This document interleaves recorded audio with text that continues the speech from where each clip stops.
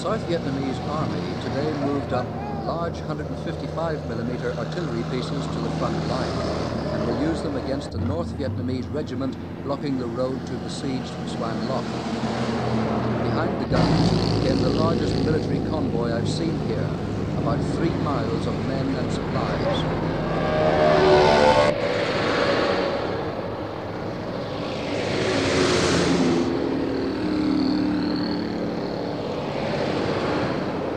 But the increased flow of refugees from the sector is the surest indicator that a battle for the road is about to begin. A military checkpoint restrained the peasants' flight. The Saigon government is afraid of communist infiltrators among them and also wants to stop them coming to Saigon, where their arrival is bad for morale. Frequently, a shot is fired over their heads to maintain order. In Saigon, President Thieu announced his new cabinet. He has been without one for 10 days, but most power lies with the president himself anyway. Thieu is reported to have tried to persuade main opposition figures to join in a government of national unity, but he failed. So the new government will be just as unacceptable to the communists as the old. Shortly before the cabinet was announced, an army sergeant publicly attempted suicide in Saigon's main square.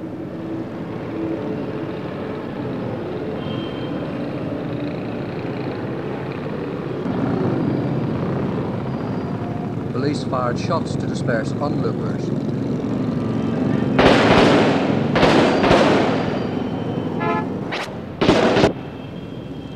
This is the traditional place for anti-government protest suicides, but the official reason given was despair at communist aggression.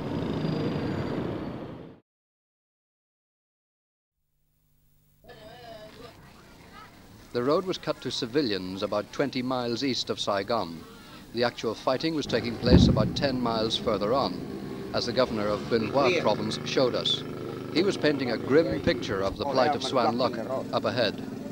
I heard the enemy attack Xuan Loc and 18 Division GVN, 18 Division General Command have killed a lot. The VC, they have already killed 6 tanks and about 300 VC.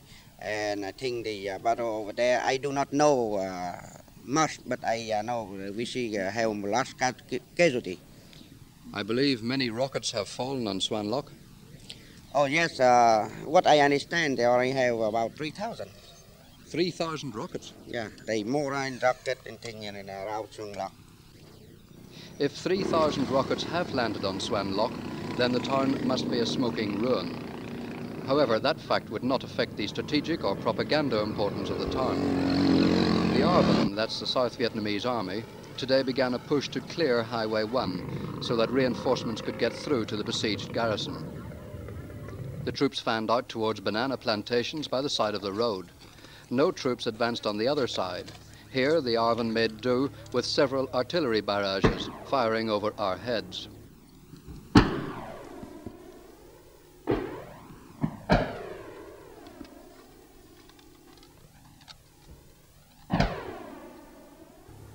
There was little doubt that a very determined effort was being made to reopen the road.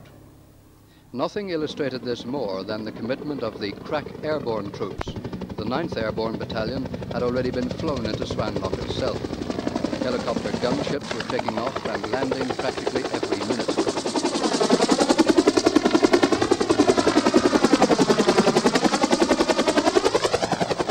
The use of these troops means that South Vietnam is throwing everything into this fight.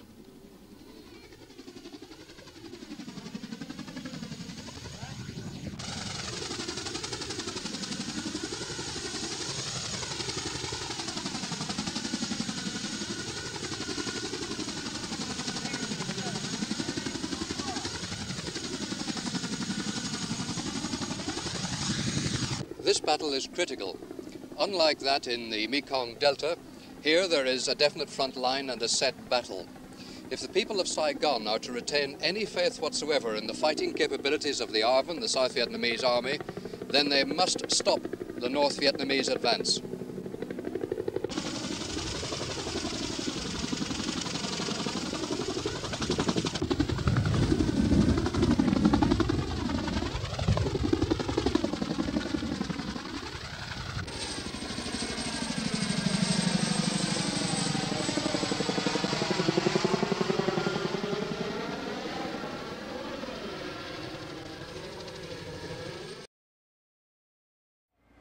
Most Americans understood little about Indochina. Rarely knew anyone actually involved in the fighting. Well, I started work on this more than 10 years ago, and I thought back then that the Vietnam War was central to understanding who we are now.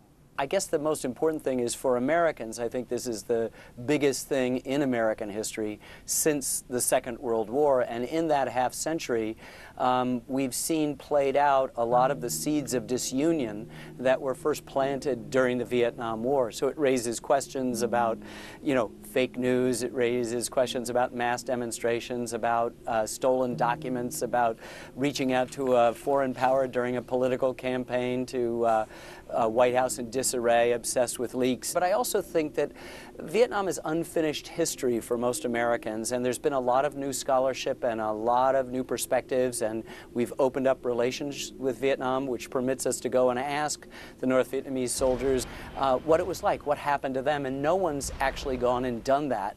When Americans talk about Vietnam, it's just about themselves, and so we're looking, my co-director Lynn Novick and I, we're looking for kind of an integrated portrait of what happened in this most decisive and important of moments in American history. We need guidance this morning, sir. Guidance, is that all you want? Yes, sir. No quotation? That's right. No attribution? No connection? That's right. Give it absolutely none. Absolutely. Your press is lying like drunken sailors every day. We wanted to understand it on a very gut human level that would help people. In our country, people don't talk about it who went there. And one of the great feedbacks I've had is they're coming up and saying a variation of my dad, my brother, my grandpa, my father-in-law, my uncle. They never talked about it, and we watched together, and now they're speaking. So there was an opportunity, if you can tell so-called ordinary people's stories, that some healing could take place, some sort of reconciliation of the conflicting aspects of the Vietnam War that still confound us, not only politically and socially, but I think also psychologically. The demonstrators resisted when police attempted to arrest a young man who tried to rip down an American flag. One North Vietnamese soldier told us afterwards that he had always thought that the demonstrations in the United States against the war were the sign of our weakness. And he said after watching the documentary, he said, I realized that was the sign of your strength, that I wasn't able to speak out at that time. And, if we have a North Vietnamese soldier saying that, and we have also Americans coming and saying, I never knew, I had no idea. Tôi đã chứng kiến cái đó thì tôi nghĩ rằng người Mỹ cũng như người Việt của chúng tôi thôi, cũng có cái tình thương bao la như thế. Vietnam was the first war we lost, and I think Americans are still trying to figure out what cubbyhole to put that in, how to understand that loss, and that will be an ongoing conversation, I think, for an awfully long time, even after, unfortunately, those veterans have passed away. It's still a source of great contention and great discussion, and I hope that we can transform some of that into some peace, some reconciliation, and some really significant understanding, and I hope in some way the film that Lynn and I made adds to that.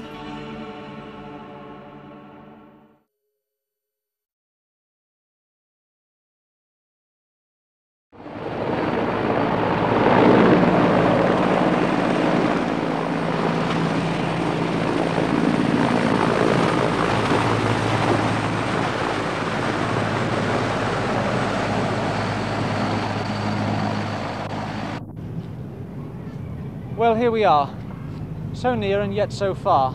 After 4 hours of driving round Saigon, as conditions here get worse and worse, our bus drivers have brought us to this car park opposite the American Embassy. No one's noticed us here at the moment. The helicopters are landing on the roof up there. We can see the American Marines. If we were up there, we would be on our way out of Saigon. But between the embassy and me is a road packed with South Vietnamese who we already know from bitter experience will go wild if they see us trying to get through the gate. We don't know how we're going to do it.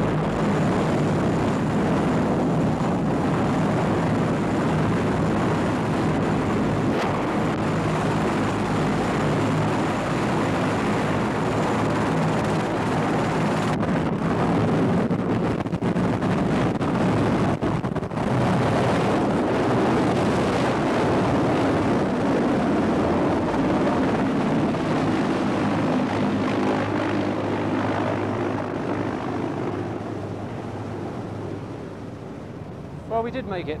We made it by walking around the embassy, clambering over that gate, fighting our way over the top with the Marines helping us, and leaving behind us hundreds of grief-stricken and terrified South Vietnamese who had no hope of getting out here even if they got inside the embassy, but they tried until the last minute.